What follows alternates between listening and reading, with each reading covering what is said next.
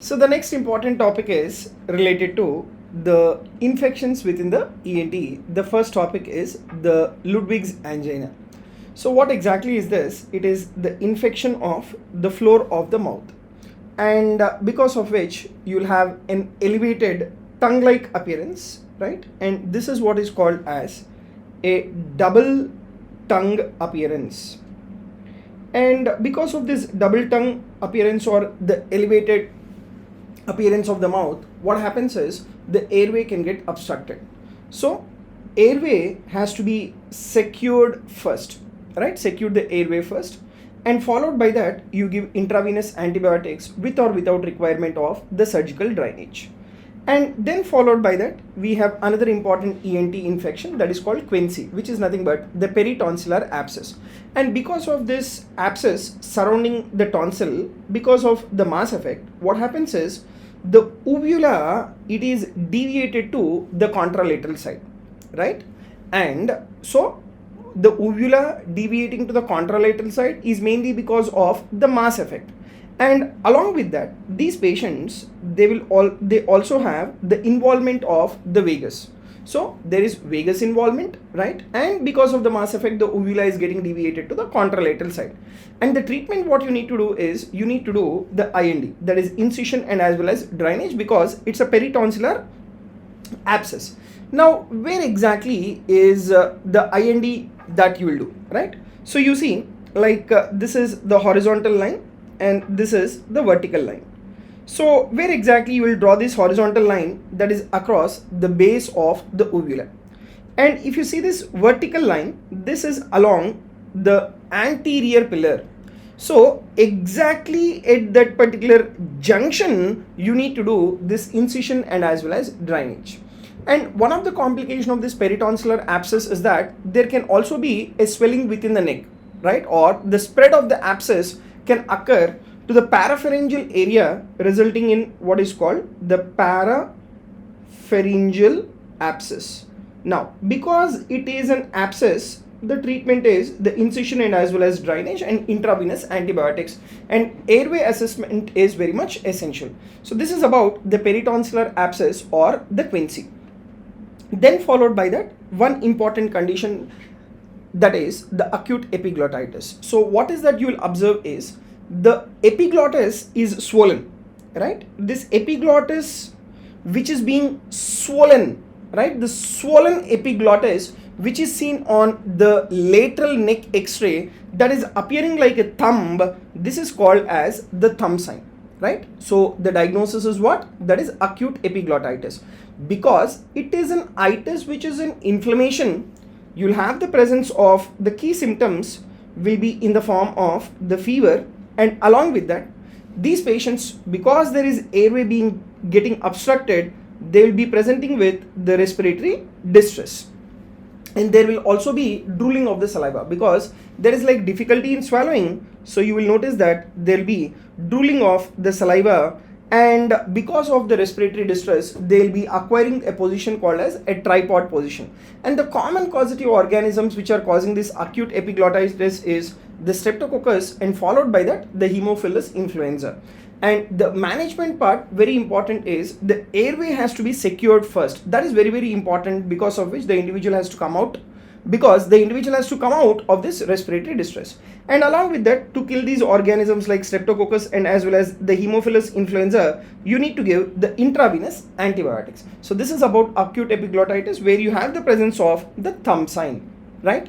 Then next important clinical condition that you need to know is acute laryngotracheobronchitis, which is nothing but croup. The important organism that will be causing this croup is parainfluenza, right? Parainfluenza.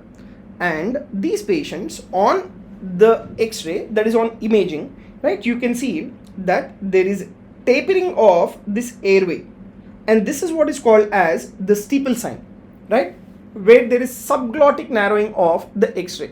And because of subglottic narrowing of this particular airway, these patients will have what is called as barking cough. And when you auscultate these individuals, they'll have stridor. And this stridor will be biphasic, that is during inspiration and as well as the expiration. Now this particular stridor has to be relieved. So how can you relieve that? By giving racemic epinephrine. What this will do, this will cause bronchodilation. Now this racemic epinephrine is given in mild to moderate cases, whereas in severe cases these patients will be requiring dexamethasone. So this is about group which is acute laryngotracheobronchitis, where you have the presence of subglottic narrowing on the X-ray, and this is what is called as the steeple sign. Now, so the stridor that you observe here is biphasic stridor. Now this particular stridor can be inspiratory, can be expiratory, can be even biphasic also. Now in which clinical conditions you will be having the inspiratory stridor? Right, in which clinical conditions you will have the inspiratory stridor? That is in case of epiglottitis, right, or in case of epiglottis or the supraglottis pathology. If the pathology is at this particular level, then the individual will have what is called a inspiratory stridor. So where will you have inspiratory stridor? In case of upper airway obstruction, you will have the the additional sound mainly during inspiration. But for suppose if the pathology is at the level of the glottis or like subglottis, then in such case these patients will have a biphasic stridor, where there is obstruction at the level of the vocal cord. So here the airway is affected both during inspiration and as well as during expiration. Right, so both during inspiration and as well as expiration the airway gets affected. That's the reason why they'll have biphasic stridor. Now if the pathology is at the level of the trachea or bronchi, which is nothing but the lower airway, these individuals, they will be having only what is called as the expiratory stridor, and this we call it as wheeze. Right, so it's an intrathoracic airway obstruction, and that is more prominent during expiration. Right, and it is more prominent during expiration. So this is the stridor, whether it is inspiratory, biphasic or expiratory, depending upon the level of the airway being affected. And one more important clinical condition is the bronchiolitis. So in case of bronchiolitis, the most common cause is the respiratory syncytial virus, and the characteristic feature is the presence of the wheeze. And when you take an X-ray in these individuals, you will notice that there is increased bronchovascular markings, and you have the presence of the hyperinflated lung fields. So this will be the X-ray finding. Now in high risk individuals, you need to give prophylaxis against this bronchiolitis. And what is the drug that we give for prophylaxis is palivizumab. This will target the F protein of the respiratory syncytial virus, but this is only for prophylaxis. But the treatment that what we give is ribavirin. Right, ribavirin. This is also the antiviral drug that we give for even hepatitis C virus. So this is about bronchiolitis, which is caused by the respiratory syncytial virus. And another important clinical condition is the foreign body aspiration. So in case of the foreign body aspiration, the child will present with acute respiratory distress. One of the very important foreign body, that gets aspirated is mainly these peanuts. The children, they cannot chew, right? They just swallow and it can get aspirated. Right, during the time of swallowing, it can get aspirated accidentally, and that will cause the acute respiratory distress. So these patients, what happens is, like if you see, this is the airway, right? The air, it enters, right? Air enters but cannot exit. Air enters but cannot exit. So this phenomena is called as Ball valve effect.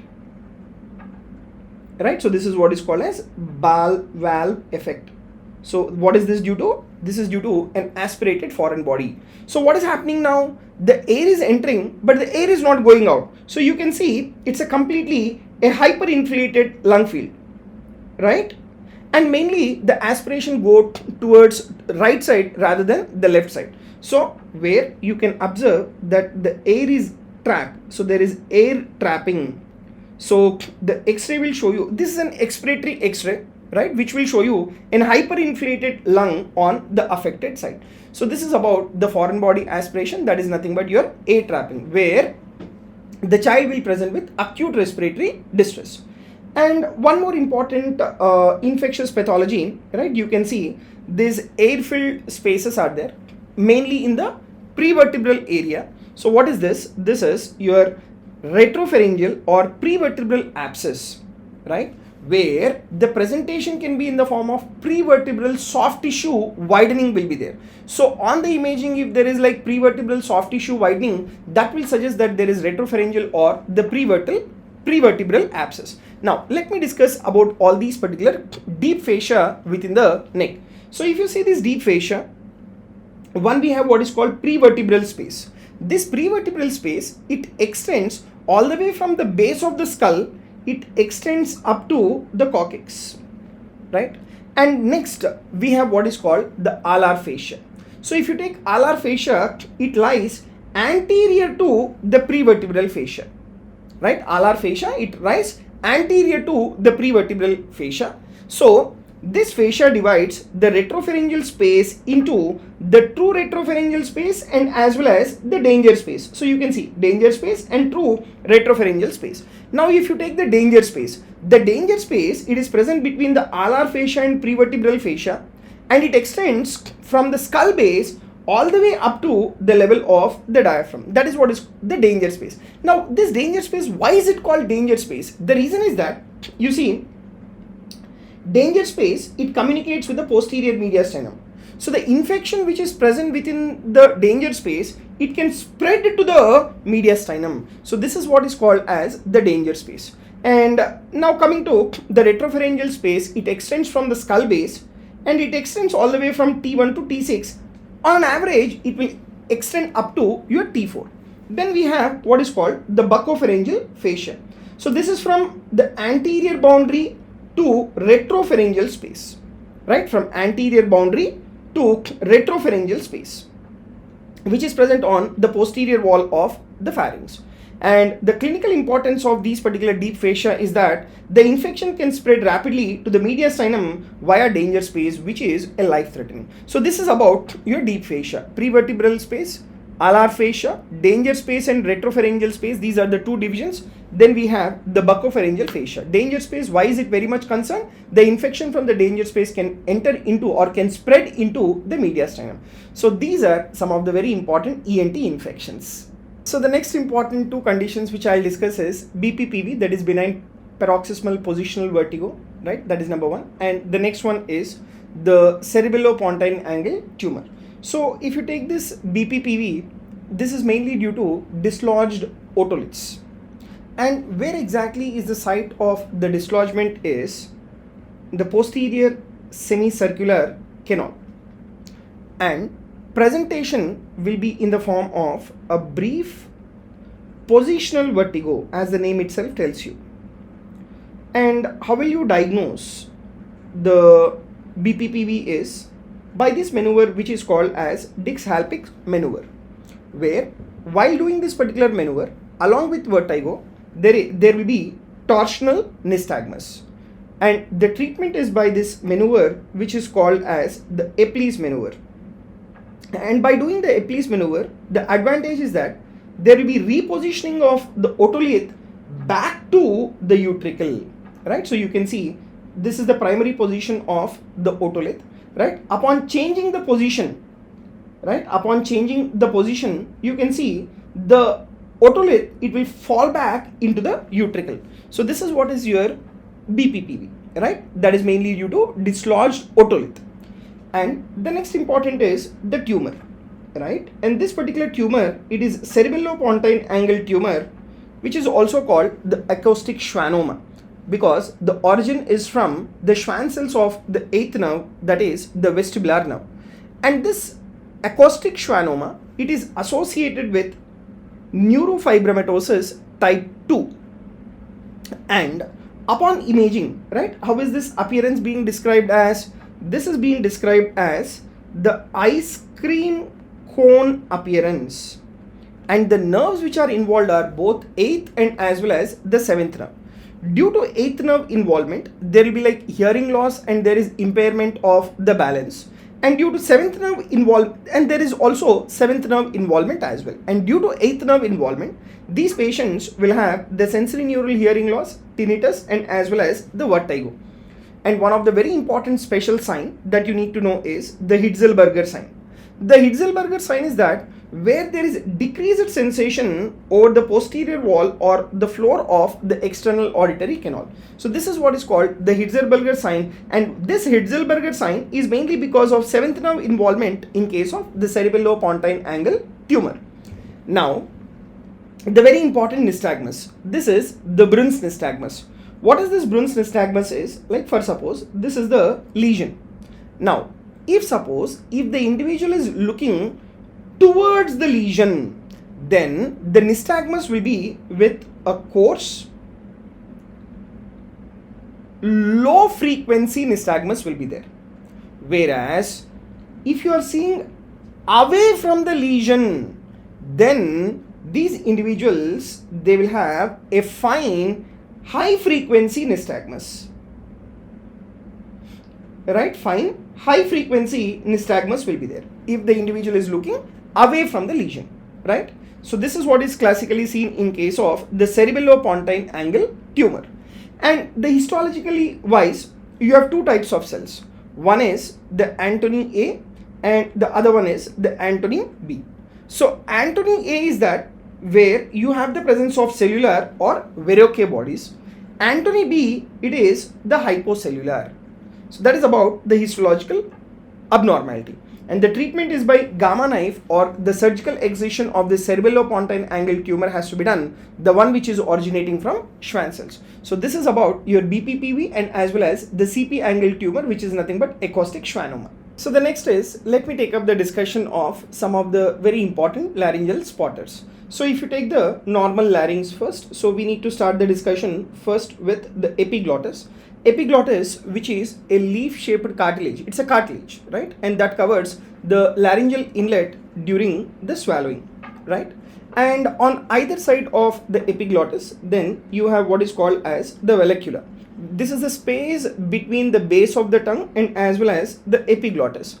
Then we have ariepiglottic folds, which are nothing but the false vocal folds. Basically, what are these, right? You can see that these are the folds which are extending from the epiglottis, right, all the way up to the levels of the arytenoids. So this is what is your the ariepiglottic folds, which are the false vocal cords which are located above the true vocal cords, and these are not involved in the phonation. Then we have the true vocal cords. These are the true vocal cords which are responsible for phonation, and they appear white and they are very sharp as well. Then we have a very important structure. This is called as the pyriform fossa, which is the lateral recess which is present on either side of the laryngeal inlet. These smugglers, they usually hide these diamonds or drugs in this pyriform fossa. And all these supraglottic areas, right, the sensory supply is by the internal laryngeal nerve, right, the sensory supply above the vocal cords, that is via the superior laryngeal nerve, right, which is a part of the internal laryngeal nerve. And two important instruments that you need to know is, one is your rhinoscopy mirror. So you can just see this is appearing like the R shape, right, which is nothing but the rhinoscopy. Now the use of this particular instrument is for visualization of the nasopharynx, and what all structures we will be able to make out is the posterior choana, adenoids, eustachian tube opening, and as well as the posterior nasal septum, by which we will be able to make out the abnormalities of the adenoids. Nasopharyngeal masses can be made out, and as well as the posterior nasal pathology also can be seen by the posterior rhinoscopy mirror.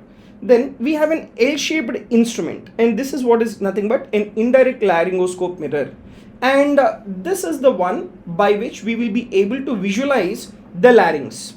And the structures that we can see is the epiglottis, vocal cords, arytenoids, and the laryngeal inlet. And this is mainly useful for the evaluation of the voice disorders, vocal cord lesions, and as well as laryngeal pathologies. So this is about the indirect laryngoscope mirror. And there are certain structures which are not visible on indirect laryngoscopy. So just remember the mnemonic as the L Vespa. That is the laryngeal part of the epiglottis. Vestibule cannot be seen. Epiglottis, that too laryngeal surface part. then subglottic area, posterior cricoid area, and apex of the pyriform fossa. These are the structures which are not visible on the indirect laryngoscopy. Then some important abnormalities related to the vocal cords, if you see, right? So these are the wart-like growths over the vocal cords, and that we see in case of the human papilloma virus infection, right? That is in case of the HPV infection of 6 and as well as 11 type. And the typical age group which you see is around 6 to 11 years. And this condition we call it as recurrent respiratory papillomatosis.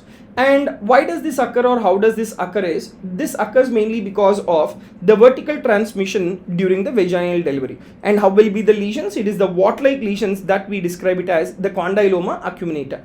And the treatment is by the carbon dioxide laser excision, right? So that is how you will be able to treat this recurrent respiratory papillomatosis. Then another important abnormality within the vocal cord, like you can see the turban-shaped epiglottis or rat-bitten epiglottis. So we come across this in case of the tubercular epiglottitis caused by the Mycobacterium tuberculosis. And the appearance, if you see, it is like completely irregular. There are eroded margins of the epiglottis, and this is suggestive of chronic granulomatous infection.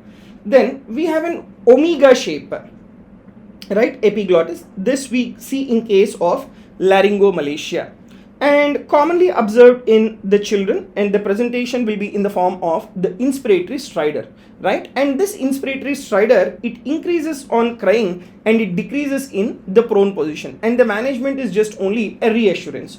So this is about this omega shaped vocal cords seen in case of laryngomalacia, right? And another important abnormality, you can see that there is presence of the vocal nodules. Vocal nodules, always remember, they are bilateral, and this is usually seen in those individuals where there is voice abuse, like either you take in case of the individuals who are speaking for almost like 10 to 12 hours per day, like in case of teachers or in case of singers. And the treatment initially, like what you need to advise is the voice rest. If persistent, then surgery is what you need to do. And the very important differential diagnosis is the polyp, that is vocal polyp.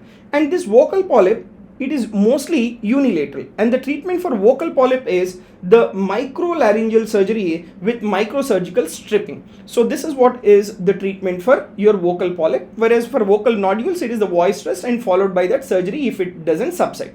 Then followed by that, you see another scenario where there is edema of the vocal cords. This is what is called as the Rinke's edema, and this is very commonly seen in case of the smokers. And the associated conditions are GERD. Along with the smoker, if the patient is also having GERD, the chances of development of Rinke's edema is very common. So pathology is what? There is edema of the Rinke's space, right? Where the superficial lamina propria of the vocal cord becomes edematous. And because of this edematous vocal cords, the voice will be husky voice and it will be a completely deep voice. So these are some of the important spotters in the larynx. So the next important is, let me discuss about the vocal cord palsy. Before going on to that, let me tell you the nerve supply of the larynx.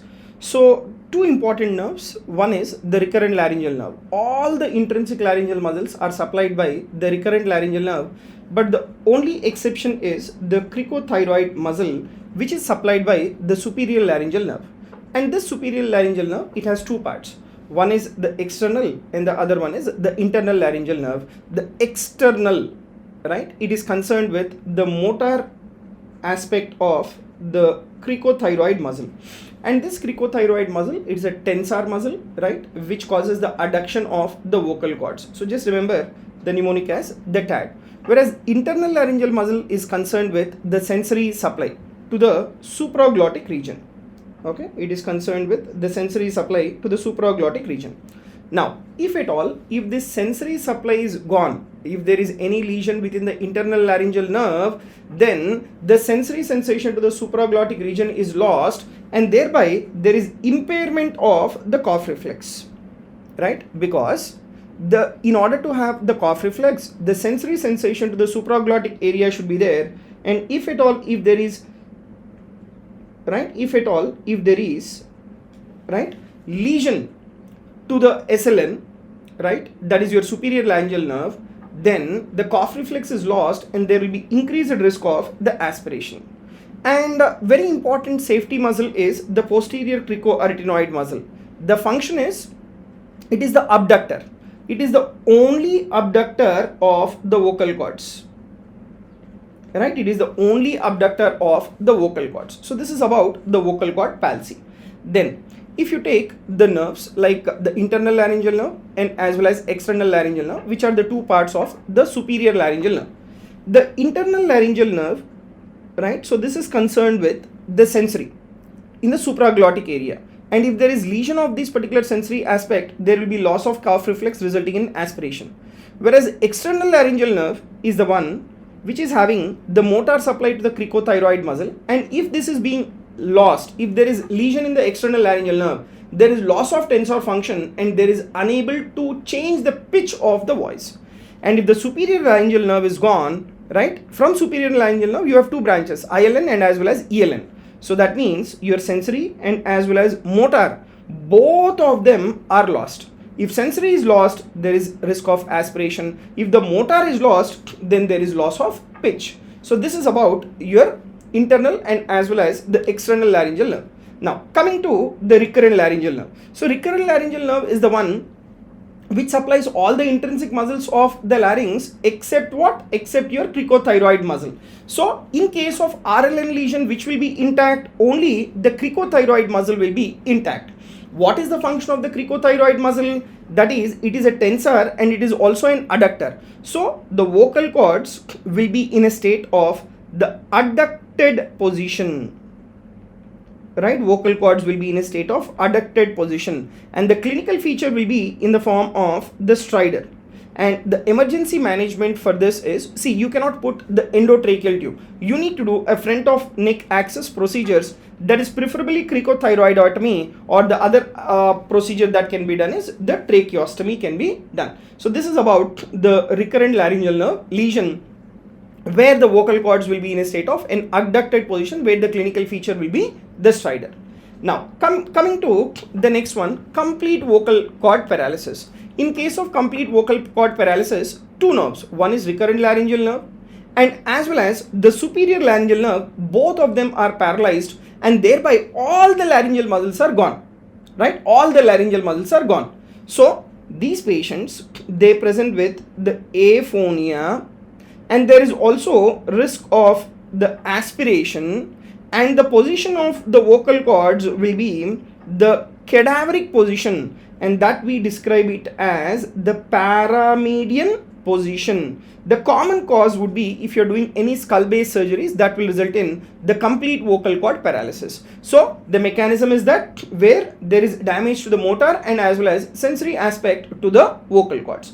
Then if you see the procedures related to your vocal cords, that we call it as the thyroplasty. So type 1, type 2, type 3, type 4. Type 1 is medialization thyroplasty, right? We do this whenever there is weakness within the adductors, and that will improve in the closure of the glottis. Type 2 thyroplasty is lateralization thyroplasty, right? And the importance of this is, this will prevent the airway obstruction because you are causing lateralization of the vocal cords. Then type 3, type 4 is shortening and as well as lengthening of the vocal cords. Shortening of the vocal cords is usually done. So type 3 is what? Shortening or relaxation of the vocal cords. That is seen in case of the puberophonia. What is puberophonia? Puberophonia is that where there is persistence of abnormally high pitched voice even after puberty in case of males, right? So usually in case of males it should be a low pitched voice. Puberophonia means there is persistence of abnormally high pitched voice after puberty in males due to failure of normal voice deepening. Normally high pitch is seen in females, low pitch is what is seen in case of males. But puberophonia means where there is persistence of the high pitched voice. So in that case, you need to do the shortening or the relaxation of the vocal cords, or we call it as shortening or relaxation thyroplasty. And the name of this procedure, this is what is called as Gudsman procedure, right? Where we do a manual laryngeal manipulation that will convert the high pitch to the low pitch. And exactly opposite is lengthening. right, lengthening or tightening of the vocal cords, which is seen in case of androphonia, where a low pitched voice is getting converted into a increased pitch. Basically, what is androphonia? Androphonia is that where there is abnormally low pitched voice, masculine voice in females due to excessive androgen effect or the vocal cord changes. That is called androphonia. By doing lengthening or tightening, the low pitched voice is getting converted into a increased pitch correction. So this is about the abnormalities related to your vocal cord palsy. So the next important is the carcinoma of the larynx, the staging. So we have 4 stages, out of which in T1 there is only one substitute which is involved, either glottis or supraglottis or the subglottis. And here the vocal cords are normal, right? That is completely mobile, and the disease is completely localized in T1. Whereas in T2, just remember two substitutes are affected, either glottis or supraglottis or subglottis. And the mobility of the vocal cords are slightly decreased, and there is early spread within the larynx. Then in T3, we have advanced local disease where the vocal cord is fixed. And just remember, T3, 3 P's, that is pre-epiglottic space invasion, paraglottic space invasion, post-cricoid invasion plus erosion of the inner cortex of thyroid cartilage. Whereas in T4, we have 2 stages, A and B, right? A is your very advanced, and here the vocal cords, they are usually fixed and there is complete erosion of the thyroid cartilage. Whereas T4B is the invasion beyond the larynx, and the important structures are affected in case of T4B. What is important? IMP, internal carotid artery, mediastinum, and as well as the prevertebral space. So this is about the staging. And some important one-liners related to your carcinoma of the larynx. The most common malignancy is, that is the glottic carcinoma, and the one with best prognosis is also glottic carcinoma because it presents early. The investigation of choice for staging will be CCT, but whereas for cartilage invasion, we will do MRI as the investigation of choice. And to identify the biopsy site intraoperatively, we use this supravital stain. Specifically, it is the toluidine blue.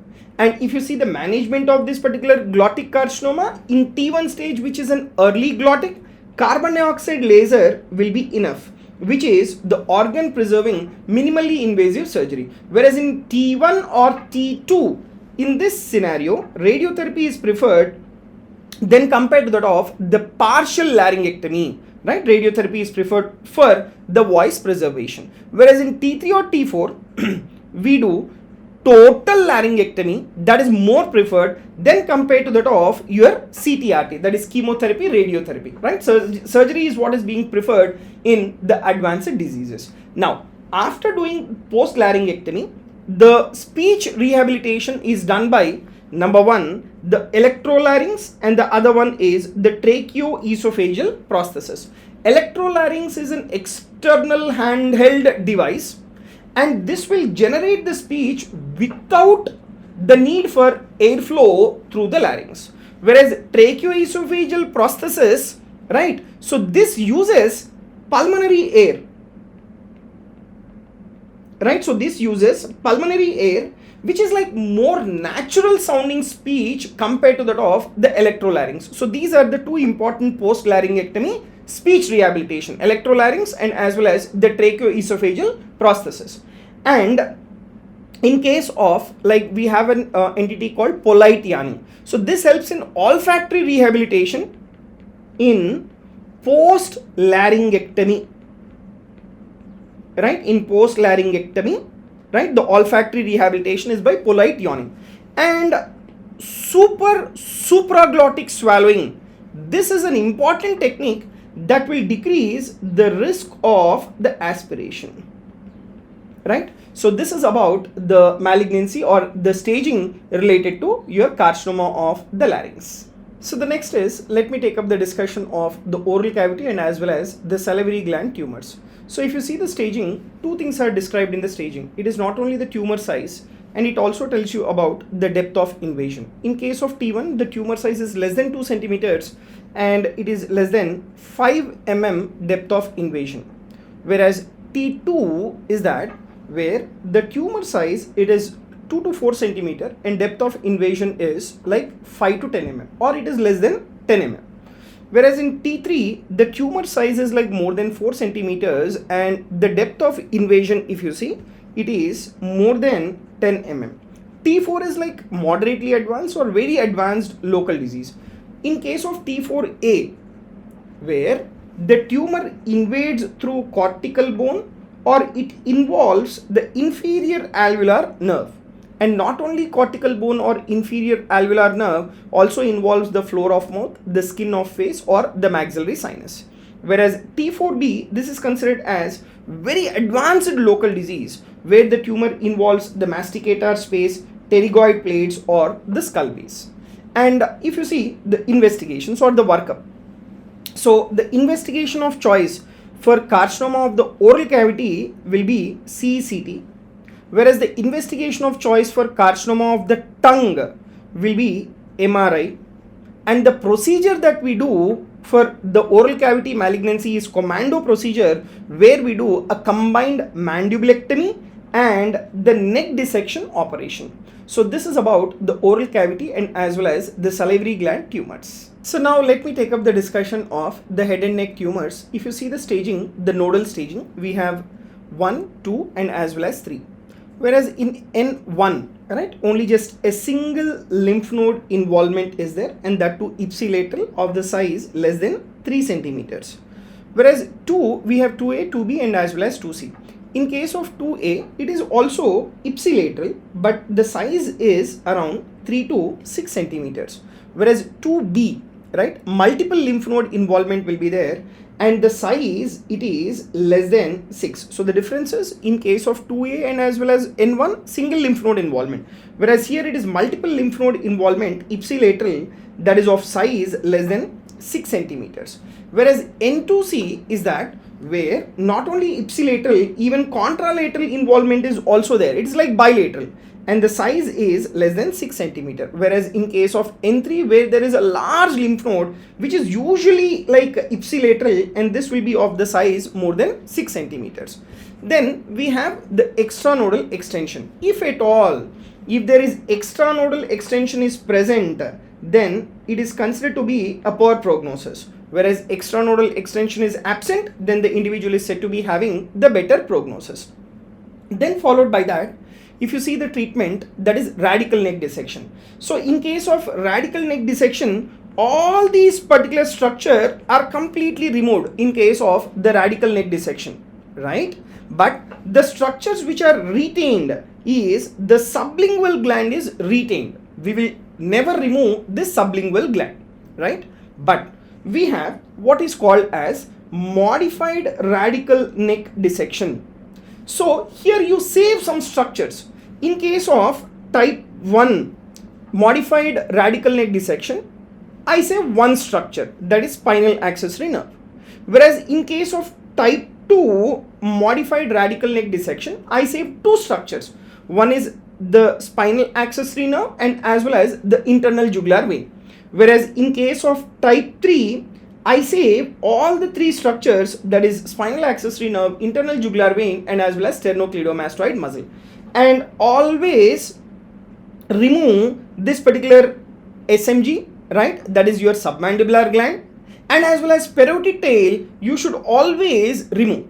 And at the same time you also need to remove this particular 1 to 5 lymph nodes, right? Always remove the level 1 to 5 lymph nodes. Then you have what is called as the level 6 lymph node, right? And this particular level 6 lymph node, okay, this particular level 6 lymph node, this is your central lymph node. So level 6 is commonly not removed. It is removed only when it is involved, and it is involved in case of the medullary carcinoma of the thyroid, right? So this is what is called as the central or the Delphian lymph node involvement. And What is this crile or radical? I said radical neck dissection is that where we remove everything. That is what is called as the crile dissection, right? And you need to be completely aware of certain important landmarks of the facial nerve while doing the parotid surgery, right? So cartilaginous pointer is the tragus.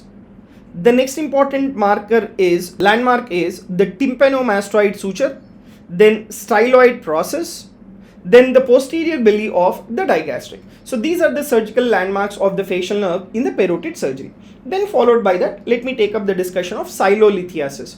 The most common site for the silolithiasis is the submandibular duct or the Wharton duct. Why exactly? That is because the secretions which are coming from the Wharton duct, they are very much thick secretions, right? They are thick and as well as the viscous secretions. And the investigation of choice will be non-contrast CT, and the most common benign salivary gland tumor overall will be pleomorphic adenoma, and this is a benign mixed tumor. And the grading is done by a system that is what is called as the Milan system. This is what is useful for the salivary gland tumor grading system.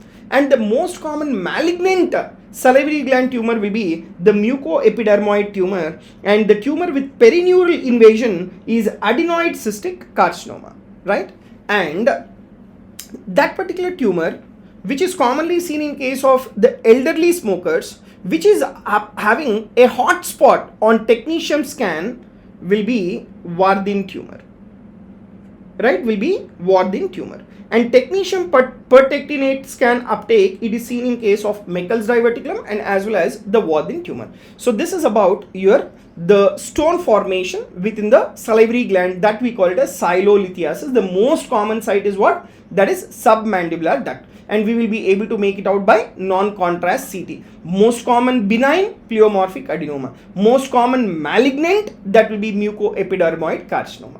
So the next important is, let me take up the discussion of some of the very important head and neck masses. So some of the midline masses that you have, so you can see this important swelling. This is what is your dermoid cyst. And this dermoid cyst, it is located at the frontonasal or the frontozygomatic suture. And it is compressible. And the differential diagnosis for the midline masses which are like compressible is the meningocele. And this meningocele, it is a cystic lesion which is filled with CSF, and this is communicating with the brain CSF as well.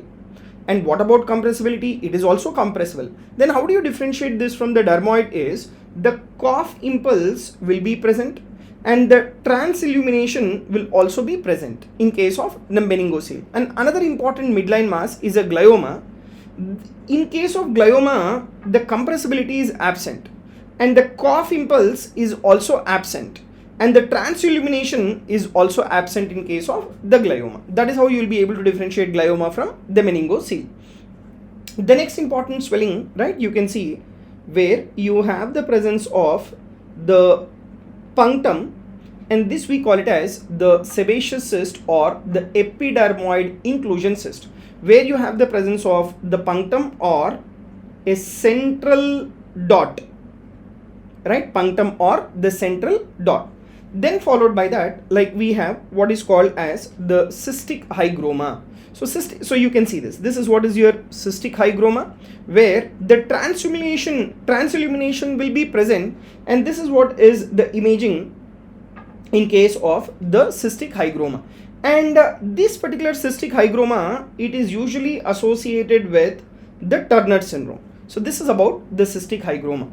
And another important imaging that you see, right, where you have splaying of the internal and as well as the external carotid artery, and here you have the presence of this tumor, and this particular tumor is what is nothing but the carotid body tumor. And what is this splaying, right? It is appearing like a lyre. That is the reason why it is called lyre sign, and it is an extra adrenal pheochromocytoma which is called as the paraganglioma. And upon the imaging, right, you can see this blood vessels which are appearing like dark in color, and that is giving you an appearance of the salt and pepper appearance. And this carotid body tumor, it is associated with an important mutation, that is the SDH mutation.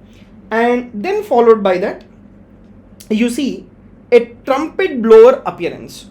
This you come across in case of laryngocele, right? You come across this in case of laryngocele, which is containing air. So it's an air containing lesion that is called laryngocele, which appears like a trumpet blower. And you see another important condition where it is appearing that there is presence of a frog within the mouth, right? And that is what is called ranula. And ranula, it is a mucus extravasation. And this ranula is just confined only to the sublingual floor of the mouth. And the treatment that we do here is the marsupialization, right? Whereas the same ranula, if it is plunging from the sublingual to the submandibular gland, this we call it as the plunging ranula. So in case of plunging ranula, like what is that you are having from sublingual to the submandibular gland, you have the plunging ranula. And here the treatment that we do is the excision, right? And what is this basically? Ranula is a mucus extravasation, whereas plunging ranula is the mucus retention. So this is about your head and neck masses. So the next important is, let me discuss some of the miscellaneous topics. That is, while during tonsillectomy, there are three types of bleeding. One is primary, that is mainly during the procedure, that is intraoperative. And the most common source for the bleeding in case of the primary will be paratonsillar vein, and this occurs during surgery. Whereas in case of reactionary, this occurs within 24 hours, and that is due to slippage of the ligature, and this will require re-exploration.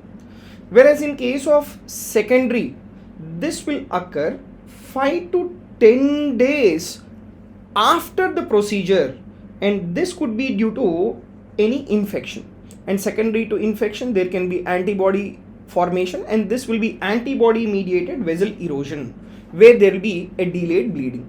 So this is what is your primary, reactionary, and as well as the secondary. Now one of the very important previous year question, the terminology that they have given is celiocytophoria, where there is shedding of ciliated epithelial cells. That is what is observed in the cytology. And this celiocytophora, it is associated with viral infection, right? So this is associated with viral infection. So this reflects the virus induced epithelial damage, and this is commonly observed in the respiratory tract specimen. Then followed by that, what is this specimen or what is this instrument? It's a Siegel speculum, which is mainly required for doing the fistula test. What we do is, with the help of this Siegel speculum, we apply the positive and as well as negative pressure within the external auditory canal, and the purpose of this is mainly to perform the fistula test. By doing the fistula test, you will be able to assess the labyrinthine fistula.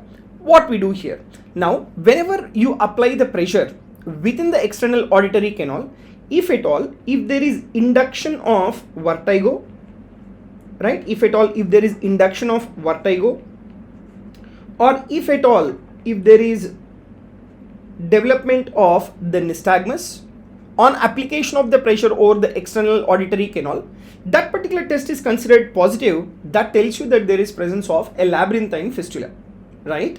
Now, in which scenarios you have true positive fistula test?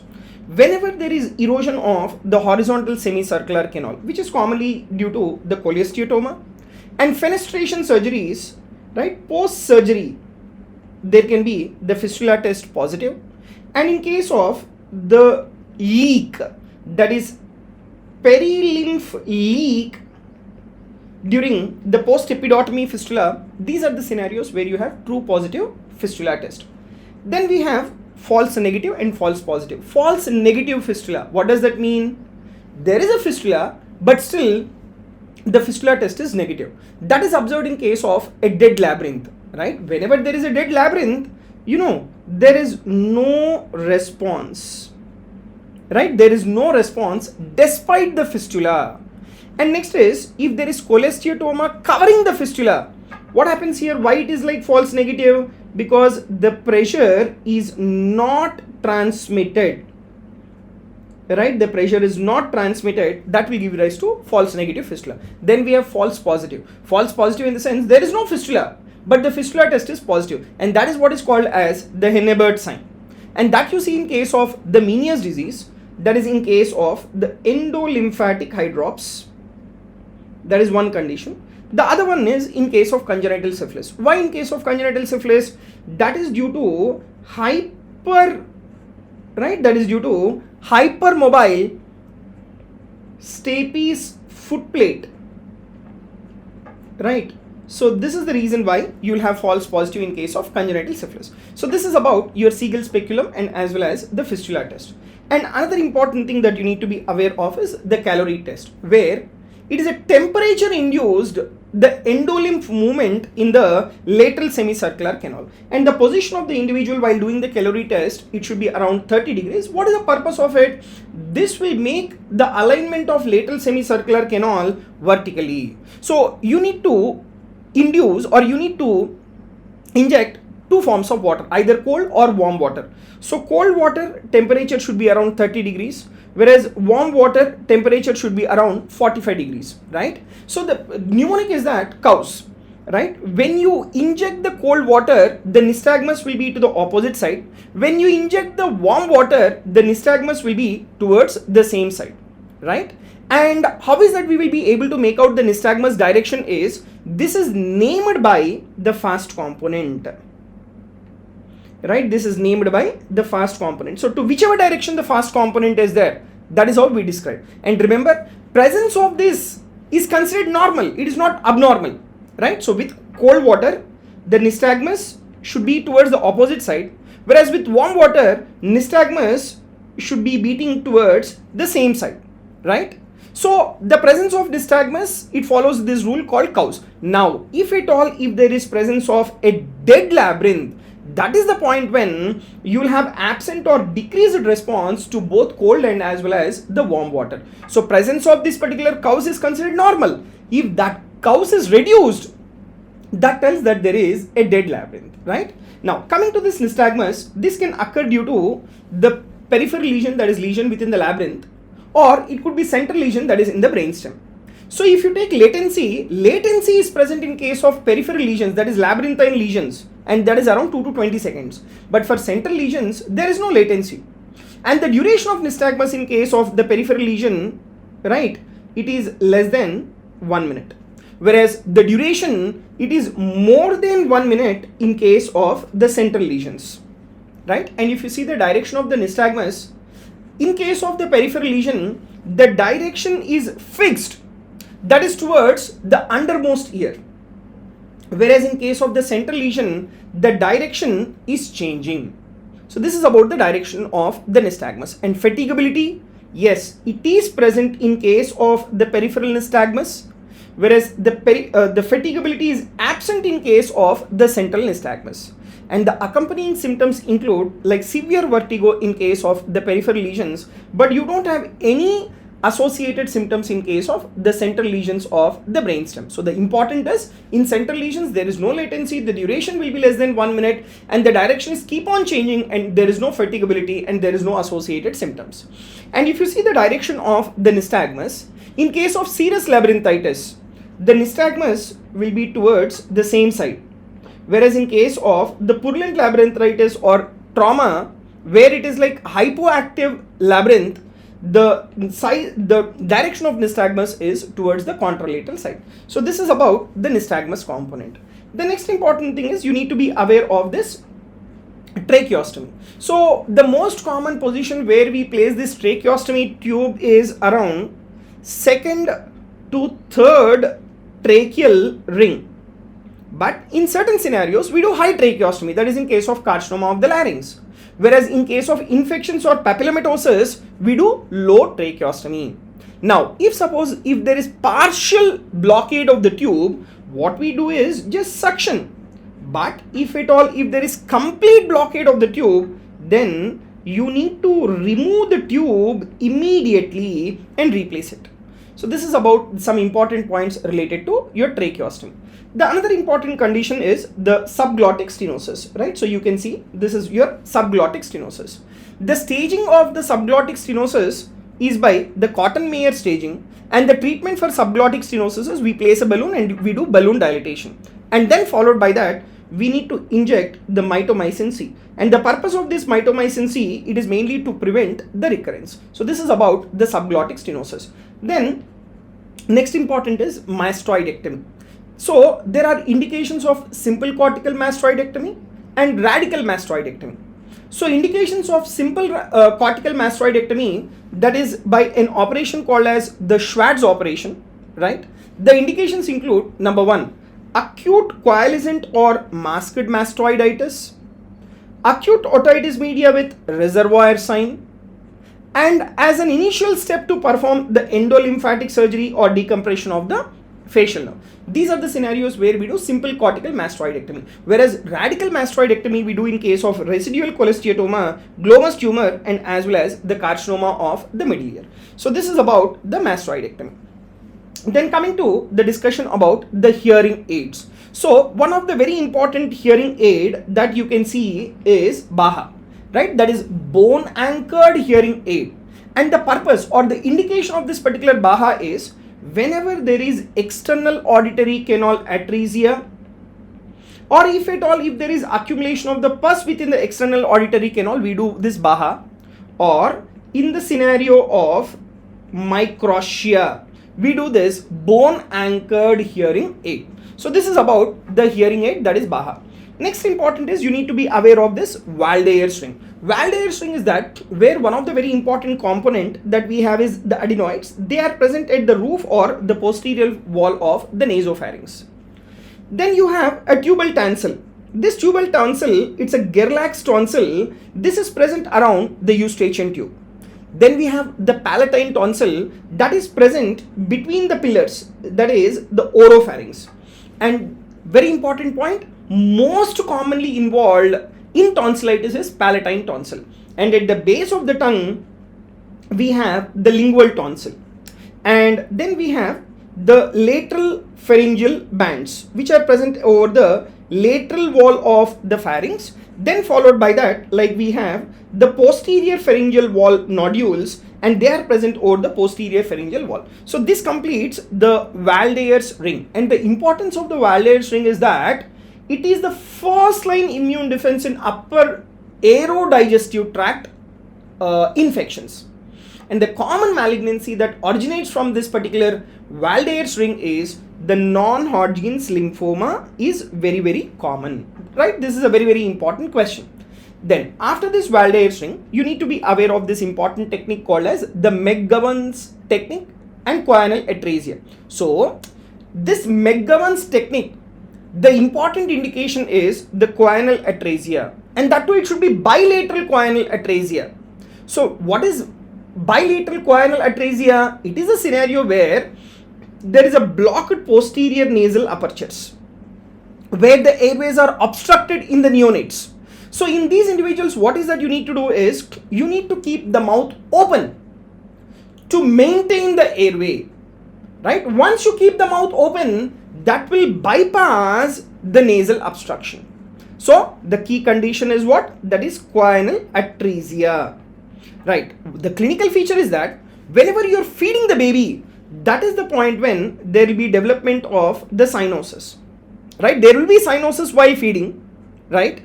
But why? Because while feeding, see, there is choanal atresia. The only space through which the baby is able to inhale is through mouth. And when the baby is feeding, the oral cavity is like closed, the individual will not be able to take the air inside, and that will result in the cyanosis. But whereas at rest or while crying, there is no cyanosis. So neonates, they are obligate nasal breathers, right? And if this oral cavity is also occupied by feeding, there will be development of cyanosis, and this we call it as a paradoxical cyanosis, where there is worsening of the cyanosis on feeding and better on crying. So this is about the McGovern's technique and the choanal atresia.